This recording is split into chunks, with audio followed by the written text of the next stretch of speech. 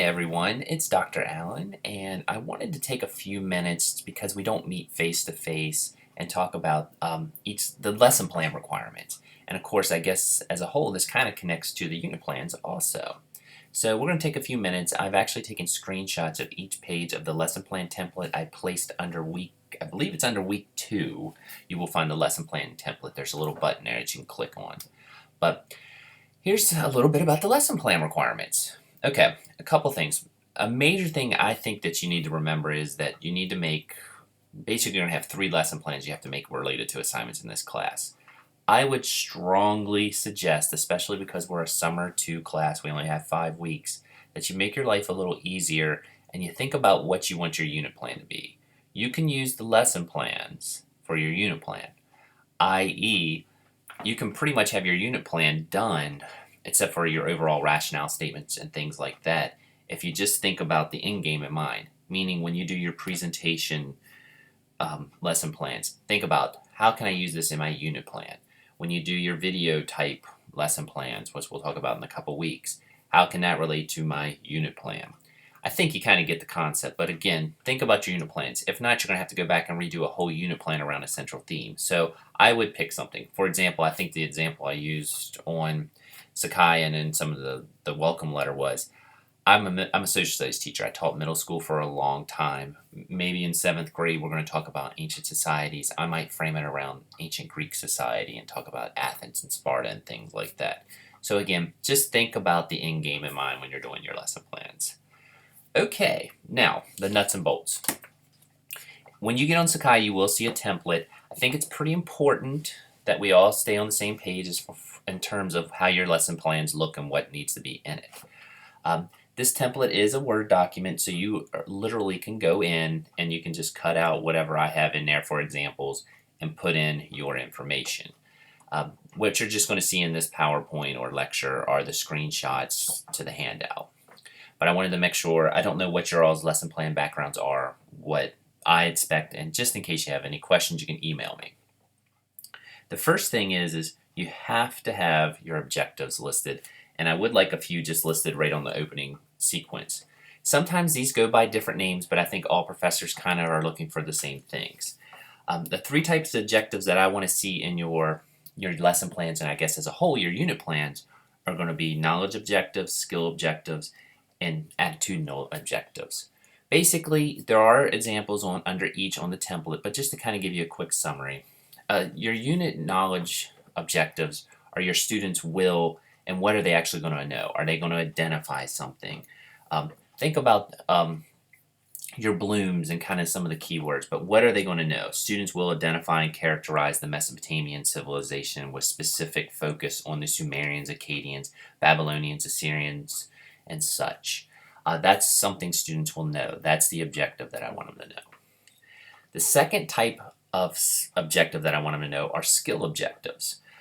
Again, I'm going to stick with the social studies theme because that's my background, but this will be something of the ilk of students will use map skills in order to locate major cities, population shifts, and major empires within the region of North Africa.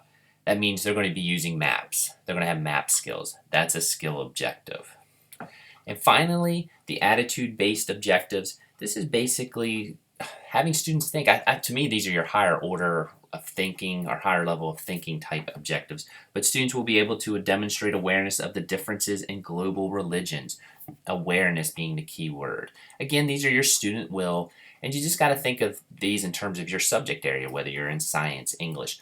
You do these things. Just be aware that you are covering each of the 3 when you do your objectives. Again, as you start to look at the lesson plan templates, you'll see some of the stuff is very nuts and bolts type based things. Your date, your period, your lesson topic, grade, subject, and such. Some of this obviously you'll just like date, make up a date. Period, make up a period. Your lesson topic, subject, and grade you should be somewhat familiar with. Also, you need to go in and find your state standards. I'll make sure to put a link up of the state standards. I'm not for sure if I put them up just yet, but I will make sure that I do that immediately today or tomorrow. I think today is the 4th. So that will be up. Also, you need to make sure that you have your objectives for the lessons listed again. And you also have to start thinking about how are you going to make connections. This is your actual lesson planning, your initial set, your connections, the students' prior learning. Like it says, these are your bell ringers, and things that kind of gauging what students already know about the activity that you're going to do, that prior knowledge. And as you can see, I'm not going to read it verbatim, but there are questions there that kind of prompt you to what you need to do and examples. Again, with lived experience, I put on there, can you think of things, places you have read, visited, or watched where the ideas of Buddhism are shown? That's a connection to lived experience. That's what I want you to think about when you're doing your lesson plans. And as you can see on the next page, there's a chart.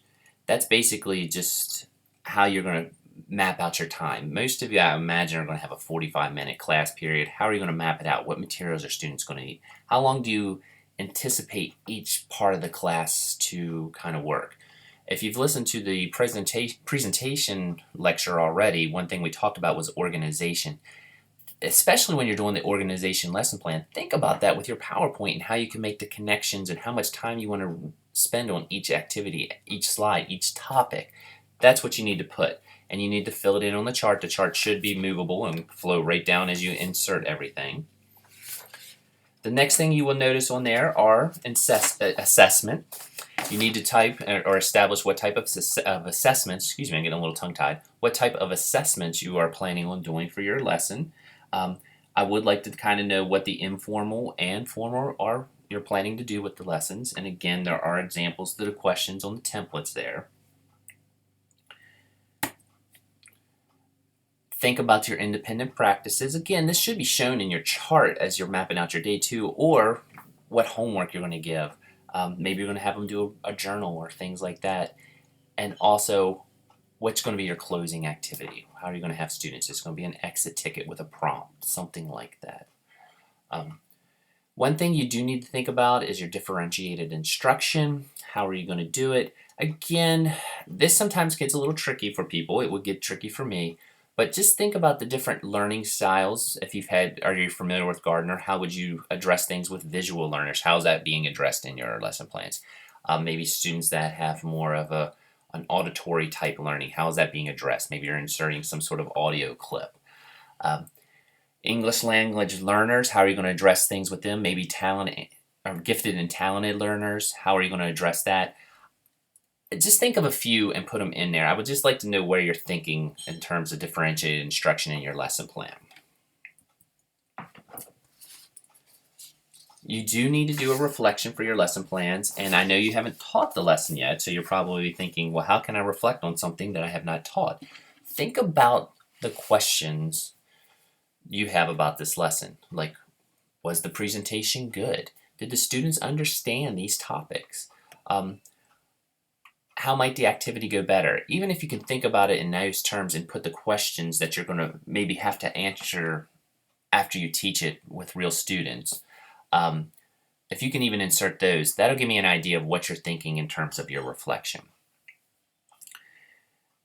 Again, your unit plan, this should be part of your unit plan, or at least I would strongly suggest it. You also do need for each lesson to have a bibliography. You need to have a bibliography for you, like what resources you use, and you do need to have a student bibliography, what resources the students are going to use. Again, there's no limit. If it's only 1 or 2 things, that's fine for each. Just make sure. And they could cross. You could have something that both you and the students use. That's fine. I just want to kind of have an idea. It goes into that whole concept of materials. There is an overview on the template of the things that you need in your lesson plan. That will be your CSOs, that's your state standards. Something I didn't mention back there with the standards, because I know I'm kind of just cruising through this, just kind of giving you a brief overview. But I would like to see you list your national standards, if you're familiar with it, in terms of your concentrated content area. Meaning, I'm a social studies teacher, as I mentioned. The National Council of Social Studies would be the national standards I would focus on. If you need help locating your national organization, just fire me an email. I'll make it a definite purpose this week to make sure that I post all of those up to, or links, if I can figure out each one. I believe I can. And I will fire you an email telling you where those are located on Sakai. I do have a rationale listed there. You do not need to worry about your rationale until your unit plan, but begin thinking about why you're teaching what you're teaching. It's nothing you have to have written down on the lesson plan at this moment, but when you do your unit plan, you do need to have a rationale statement. Make sure you have your objectives on that template. There's the three again: knowledge, skill, and attitudinal. You need to have 3 to 4 daily lesson plans when you have your unit completed. So right now, each one you do one. This is what needs to be in there. The organization, that's your chart, your time, how you're going to assess, what materials you need, how it aligns to state standards, what differentiated instruction you're going to do, and a bibliography. Again, you are welcome to use the template. If you have any questions, please, please, please, please fire me an email, or if we need to meet, just fire me an email with a potential time that we can meet, and I'm sure we can get together and talk about it. And good luck.